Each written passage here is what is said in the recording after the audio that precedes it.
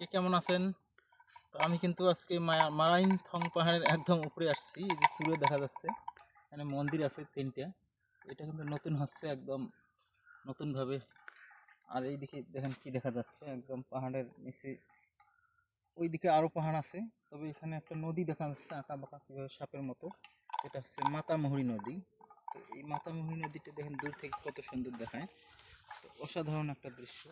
এভাবে sky view আসলে drone দিয়ে সম্ভব, কিন্তু এখানে পাহাড়ের চূড়ায় উঠলে এটা সুন্দরভাবে দেখা যায়। ওইদিকে বৃষ্টি হচ্ছে মনে হয়, যে দেখুন কেমন সাদা সাদা। আর এদিকে এই যে রংধনুটা বললাম তো, যে রংধনুটাকে আসবে, যে রংধনুটা এখন কত সুন্দর একটা রংধনু। এখানে কিন্তু বৃষ্টি হয়েছে একটু আগে বোধ হয়, এই জন্য রংধনু দেখা যাচ্ছে। ওটা থানসি, কিন্তু ওই দিকটাই থানসি। আর এইদিকে কি আছে, হয়তো মায়ানমার সীমান্ত থাকতে পারে, বার্মিজ সীমান্ত। কুক কথা যেটা আপনার কী বলে, ওয়ামহুরি রোড, মায়ানমার বা বার্মা যাওয়া যায়। আর এদিকেই থানসি, রুমা, এইদিকে মনে হয় বান্দরবান সহ একদম।